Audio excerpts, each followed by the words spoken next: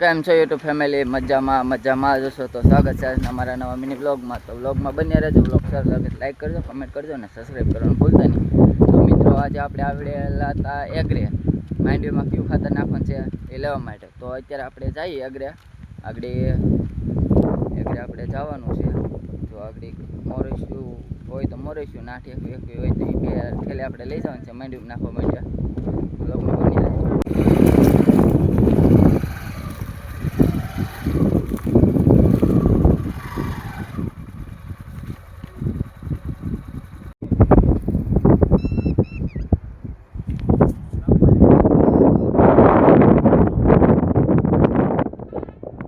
તો બધાને good morning, જય બાપા સીતારામ. તો સ્વાગત છે આજના મારા નવા મિની વ્લોગમાં. તો તમે જોતા જશો કે આપણે જો ખંભે પંપ લીધો છે ને આ દવા જો ડોલમાં આપણે બાગડી ડોયન બનાવીશું એ તમને બતાવીશું આપણે કઈ દવા છાંટીએ છીએ. તો વ્લોગમાં બન્યા રહેજો મિત્રો.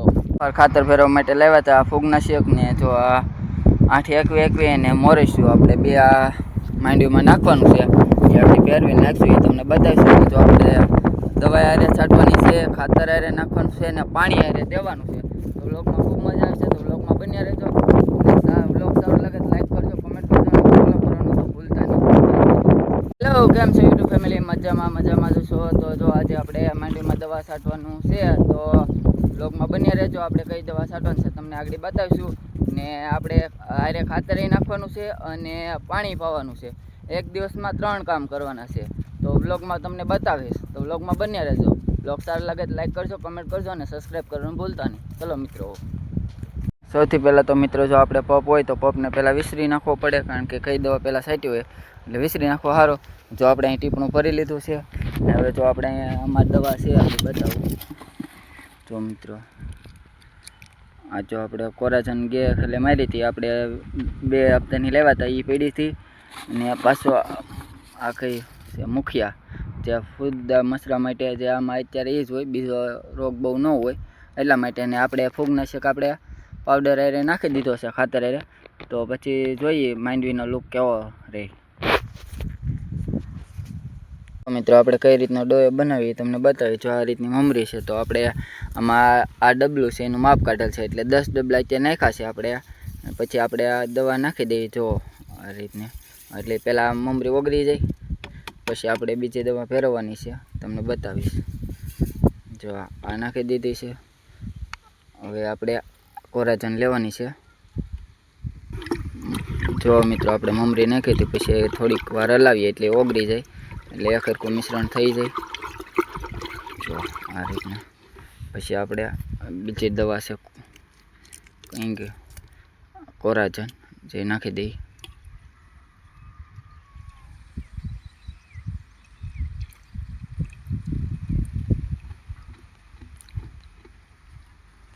હવે પછી આપણે વિસરી નાખીશું. જો પછી આને આવી રીતના હલાવીને મિશ્રણ કરી નાખી એટલે બેનો કોમ્બો થઈ ગયો. હજી આમાં આપણે 10 ડબલા નાખ્યા છે. આપણે 13-14 ટોપની દવા બનાવવાની છે એટલે 13.5 ડબલા પાણી નામી દઈએ એટલે આપણે 13-14 ટોપની દવા રેડી થઈ જાય. તમે કઈ રીતના દવા છે તો આ રીતનો મિશ્રણ કરીને કે પછી એક પંપે બધી અલગ અલગ નાખો. જો આપણે તો આ રીતની દવા છાંટીએ ને આપણને રિઝલ્ટ સારું મળે છે એટલા માટે આપણે આ રીતના કરીએ. જો આપણે પંપ ભરાઈ ગયો છે તો હવે આપણે છાંટવાની શરૂઆત કરીએ. જો મિત્રો આપણે 8-21 ખાતર ઠેલવું છે. જો આ રીતના કંઈક દાણા આવે છે. આ પોટાશ આવે છે ને આપણે એમોનિયમ સલ્ફેટ એટલે કે મોરેશ્યું એ આગળ આમાં ઠલવીએ ને આપણે પછી આ પાવડર આગળ ફેરવી દઈશું તમને બતાવીએ. જો આપણે આ દવા છાંટીએ છીએ, ખાતર આગળ ફેરવાય છે એટલે આગળ આપણે મોટર ચાલુ કરાવવાની છે. બ્લોગમાં બન્યા રહેજો.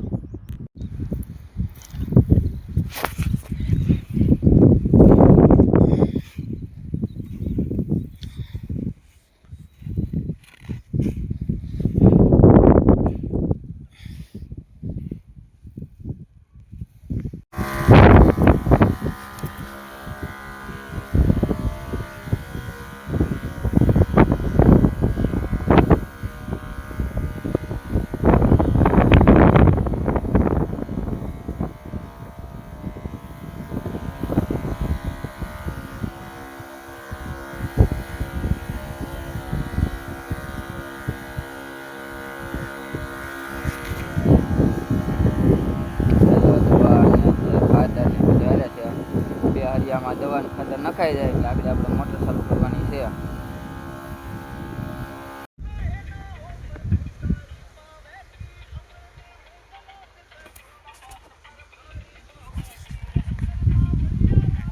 કેમ છો ખેડૂત મિત્રો? જો તમે પણ ઉનાળું સિંગ કર્યું હોય તો 40-50 દિવસની તમારી સિંગ થઈ ગઈ હોય તો તેમાં હે ને જરૂર એક વખત મોરેસિયો અને પોટાશ નાખવું, એનું ખૂબ રિઝલ્ટ સારું છે. અને જો બને ત્યાં સુધી એને ઉરિયા ન આપવું, ને જો તમારે સિંગમાં જો ફંગીસાઇડનો અસર હોય, અત્યારે તો મોટા ભાગે જો ઉદા મસરા હોય, એટલા માટે તમારે એ ધ્યાન રાખી અને એમનો હપ્તો આપી દેવો. નહીંતર ફરી વાર શું થશે કે જો તમને બતાવી આ રીતના પાંદડા પીળા પડવા કરશે. જો આ રીતના એ કારણ કે મશીન સૂઈ જાય એના લીધે. તો અત્યારે આપણે અહીંયા મોટર ચાલુ કરી દીધી છે. આપણે જો એકસાથે એને દવા અને ખાતર અને પાણી ચાલુ છે મિત્રો.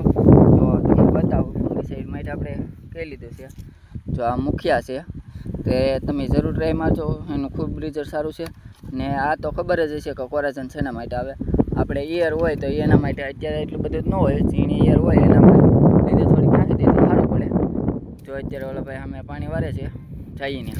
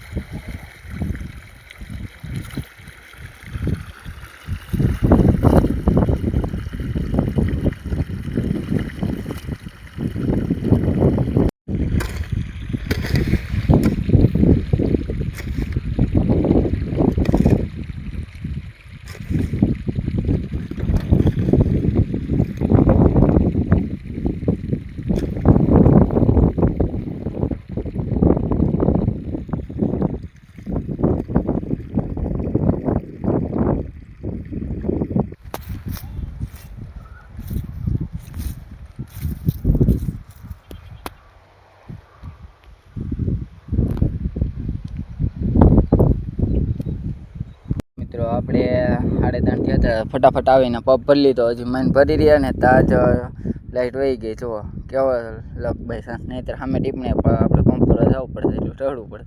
એના જગ્યાએ આપણે ફટાફટ ભરી લીધો. જો મિત્રો આપણે મામાના સીણા કાઢવાના હતા તો હલર આવી ગયું હતું, 6-6:30 જેવું થયું હતું. તો જો આપણે બધા જો લઈને હાથોપાથ મામા બહાર ગયેલા હતા, એની જગ્યાએ જો આપણે અત્યારે બધા હાથોપાથ કામ કરાવવા મળ્યા છીએ. અને સીણા કાઢીને પછી આપણે આપણી વાડીમાં સીણા ભેગા કરવાના છે. જો આ રીતે સીણા નીકળી ગયા, થોડાક એ પહેલાં કાઢી નાખ્યા હતા, થોડાક પાસ્તર હતા એટલે રહી ગયા હતા, લીલા હતા એટલે વાઢેલા ખાલી એમનું પીડ્યા હતા. તો આજે કાઢી નાખ્યા ફાઇનલ.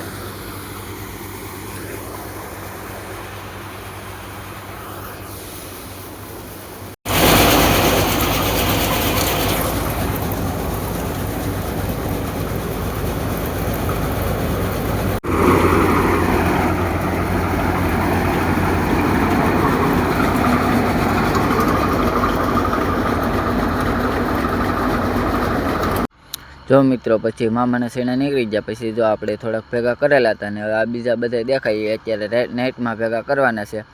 તો જો અત્યારે આપણે ભેગા કરીએ છીએ. જો આ રીતનું કંઈક પછી અંધારું થઈ ગયું હતું તો એ આપણે ભેગા કરતા હતા. 9-9:30 વાગ્યા લગન આપણે ભેગા કર્યા હતા, કારણ કે દિવસે તડકો હોય એટલે પાથરા લઈ તો વધારે ખર્ચા હતા, એટલા માટે રાતે જ પછી આપણે રાતે જ બધું કામ લઈ લીધું છે ભેગા કરવાનું. જો આ રીતનું અત્યારે તમને બતાવે છે ઢગલો. આનાથી પણ મોટો ઢગલો આપણે કરી દીધો છે. 2 થી 2.5 વીઘાનું રાતે ભેગું કરી દીધું છે મિત્રો. બ્લોગ સારો લાગે તો લાઈક કરજો, કમેન્ટ કરજો અને સબસ્ક્રાઈબ કરવાનું ભૂલતા નહીં. ચાલો મળીએ ફરી